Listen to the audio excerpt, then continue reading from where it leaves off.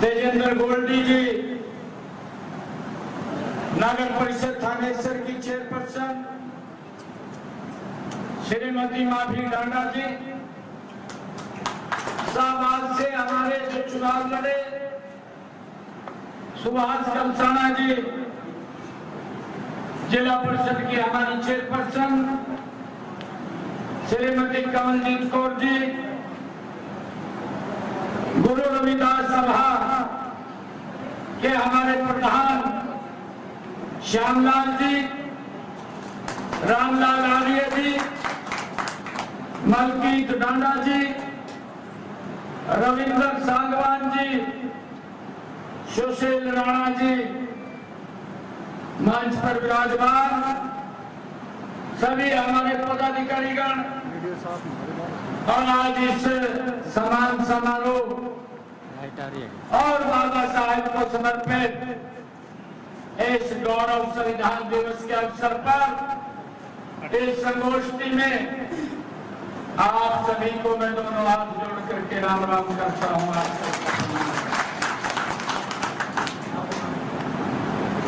ये मेरा परम सौभाग्य है कि भारत माता के महान सपूत भारत रत्न बाबा साहेब डॉक्टर भीमराव अंबेडकर जी के इस उपलक्ष्य पर इस संगोष्ठी का आयोजन किया गया है और इस संगोष्ठी में इस सम्मान समारोह में मुझे शामिल होने का अवसर मिला है। ये मेरे लिए गौरव की बात है, मेरे लिए ये बड़ी खुशी की बात है। मैं इस अवसर पर डॉक्टर भीमराव अंबेडकर जी को मैं नमन करता हूं, उनको प्रणाम करता हूं।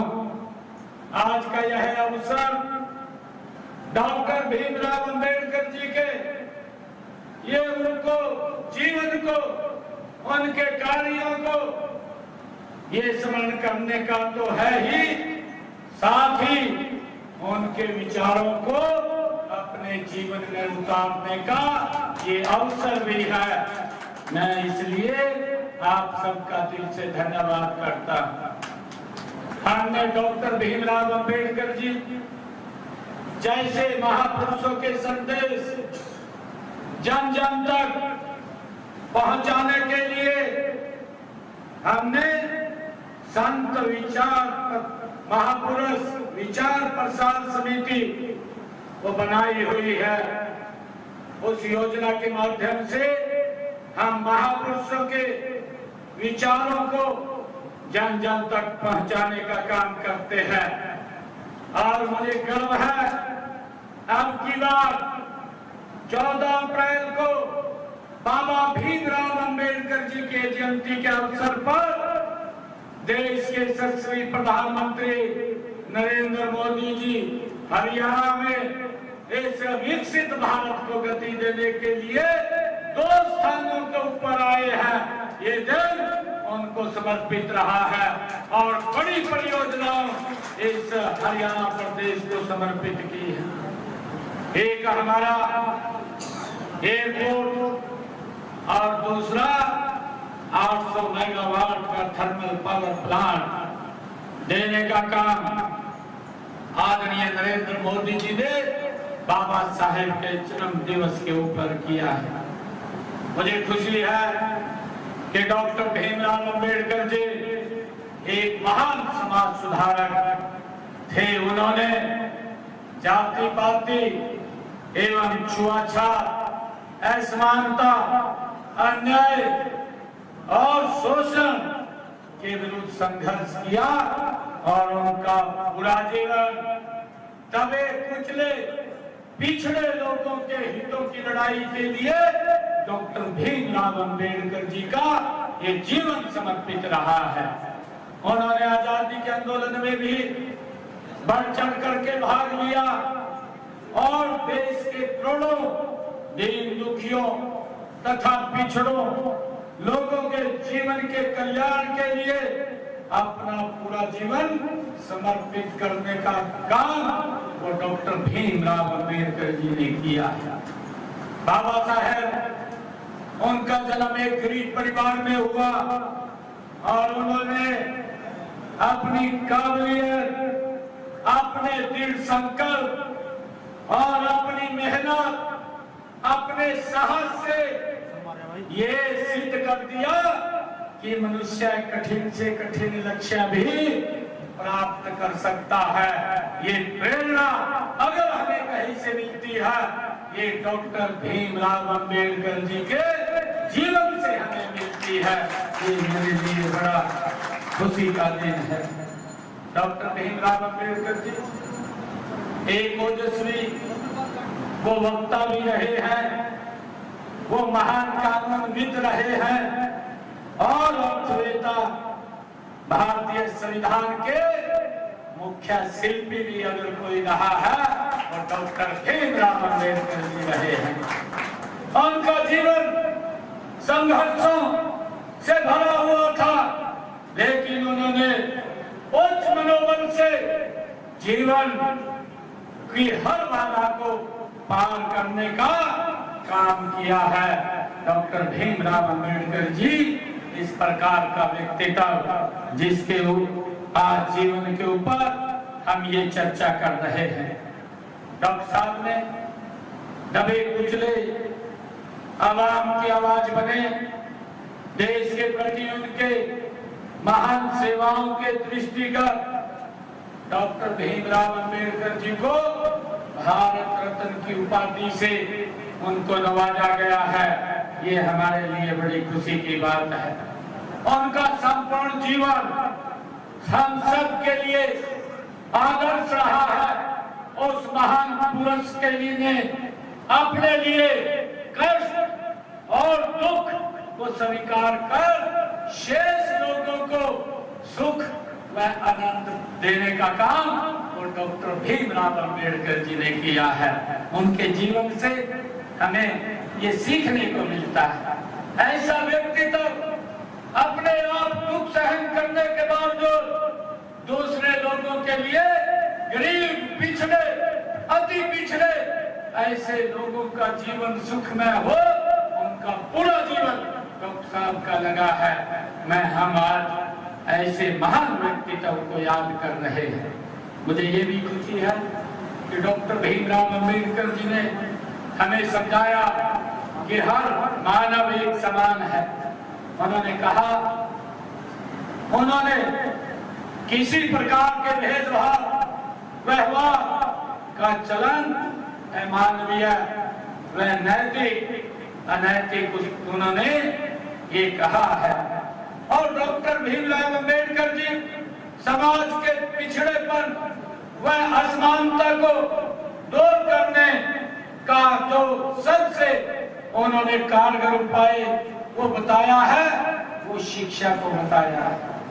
डॉक्टर साहब ने कहा कि शिक्षा उस शेर का दूध है जो जितना पिएगा उतना दहाड़ेगा। ये डॉक्टर भीमराव अंबेडकर जी ने कहा। उन्होंने ये भी कहा, शिक्षित बनो, संगठित रहो और आगे बढ़ो। ये डॉक्टर भीमराव अंबेडकर जी की वाणी थी। बाबा साहेब की बात जन जन तक पहुंचाने के लिए लंबे समय से प्रयास करना पड़ा कि आत्म सम्मान, समान अधिकार और सामाजिक न्याय केवल मांगने से नहीं मिल जाते, उन्हें प्राप्त करने के लिए पहले स्वयं को इस योग्य बनाना पड़ता है और फिर इसके लिए शिक्षित होना सबसे पहली शर्त है। ये बाबा साहेब ने कहा है। बाबा साहेब वंचित वर्गों की ही नहीं, महिलाओं की स्थिति में भी सुधार के पक्ष में रहे हैं। मुझे खुशी है कि भीमराव अंबेडकर जी ने जिनको अपना गुरु माना, महात्मा ज्योतिबा फुले, उनका पूरा जीवन दलितों, पिछड़ों, महिलाओं को शिक्षित करने के लिए लगा और उन्होंने सबसे पहले शिक्षित किया और देश ज्योतिबा फुले ने किया, जिससे कि ये कुरीति इस प्रकार की उसको समाप्त करने का काम वो महात्मा ज्योतिबा फुले ने किया। और बाबा साहेब भी इस विचार को लेकर के उन्होंने इसमें प्रावधान किया। मुझे खुशी है कि आज नरेंद्र मोदी जी बाबा साहेब के दिखाए हुए उस रास्ते पर गति से आगे बढ़ रहे हैं। आज बाबा साहेब ने जो व्यवस्था इस पवित्र संविधान में की है, मुझे खुशी है बताते हुए आप सबको, आदरणीय नरेंद्र मोदी जी बाबा साहेब के दिखाए हुए उस रास्ते पर गति से आगे बढ़ रहे हैं। बाबा साहेब चाहते थे कि समाज में जो गरीब व्यक्ति है, जो अंतिम व्यक्ति है, वो मजबूत होना चाहिए, वो सशक्त होना चाहिए। मुझे खुशी है पिछले 10 वर्षों में आदरणीय मोदी जी ने जो आयुष्मान कार्ड, चिरायु कार्ड, ये गरीब व्यक्ति को अगर कोई दिक्कत बीमारी आ जाए, किसी की तरफ देखने की आवश्यकता नहीं है, वो किसी की तरफ हाथ फैलाने की भी आवश्यकता नहीं है। हॉस्पिटल में जाकर के सिर ऊंचा करके अपना इलाज करा सकता है। ये सम्मान, ये मानव अगर कहीं से लिया है मोदी जी ने, तो बाबा साहेब के उस पवित्र संविधान और उसको आगे बढ़ाने का काम आदरणीय मोदी जी ने किया।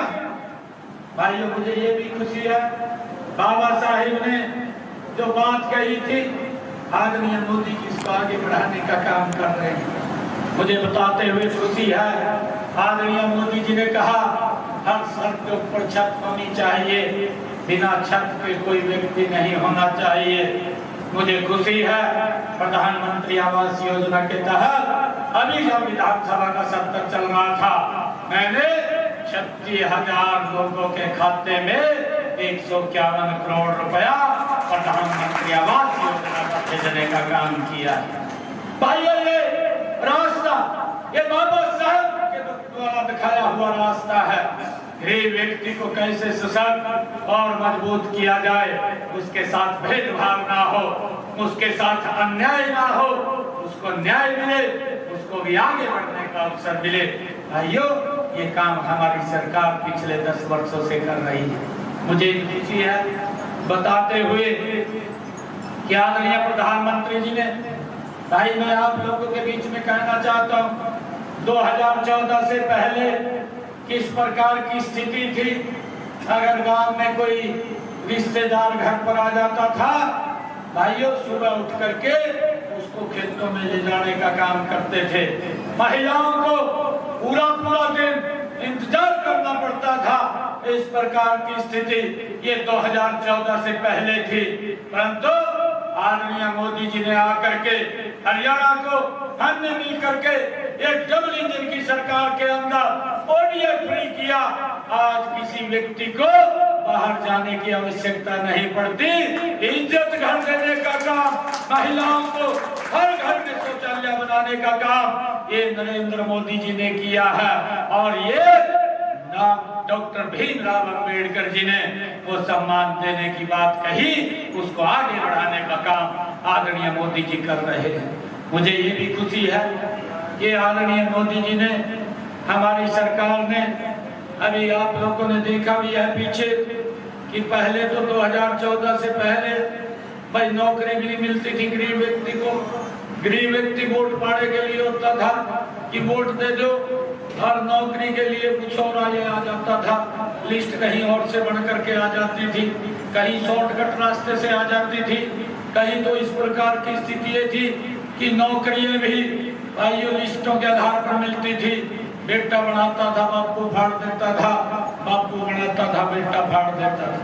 पैसे से नौकरी मिलती थी, नौकरियां मिलती थी, परंतु भाइयों गरीब व्यक्ति को नौकरी नहीं मिलती थी। ये बाबा साहेब का अपमान था। जो लोग आज ये बात करते हैं कि हम संविधान बचाने की जो बात करते हैं, मैं उनसे पूछना चाहता हूं कि कि आपके समय के अंदर बाबा साहेब से कितना अपमान उन्होंने सहन करना पड़ा। जीते जी बाबा साहेब का अपमान किया, मरणोपरांत भी वो कसर नहीं छोड़ रहे, बाबा साहब का अपमान करने में लगे हुए हैं। भाइयों, आदरणीय मोदी जी ने बाबा साहेब के उन 5 स्थानों को पंच तीर्थ के रूप में विकसित किया, ताकि बाबा साहेब को सच्ची श्रद्धांजलि अगर किसी ने दी है तो वो नरेंद्र मोदी जी ने दी है, उनको सम्मान देने का काम किया।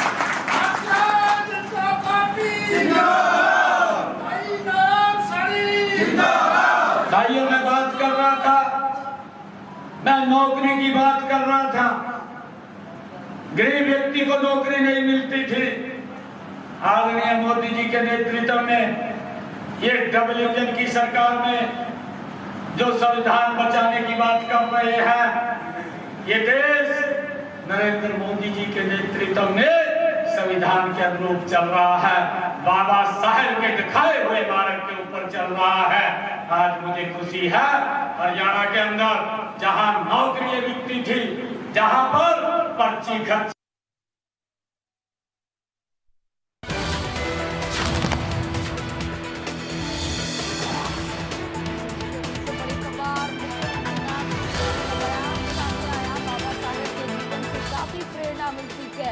मुख्यमंत्री नायब सिंह सैनी ने कहा, बाबा साहेब का जीवन काफी संघर्षों से भरा हुआ था।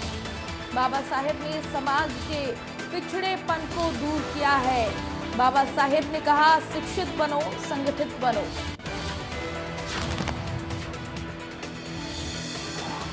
तो मुख्यमंत्री नायब सिंह सैनी का बयान सामने आया। डॉक्टर भीमराव अंबेडकर सम्मान समारोह में पहुंचे।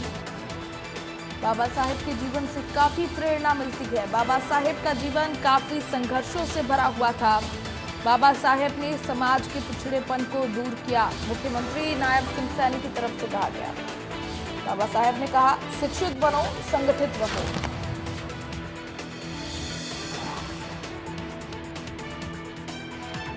बताते चले कुरुक्षेत्र में सीएम नायब सिंह सैनी ने जनसभा को संबोधित किया।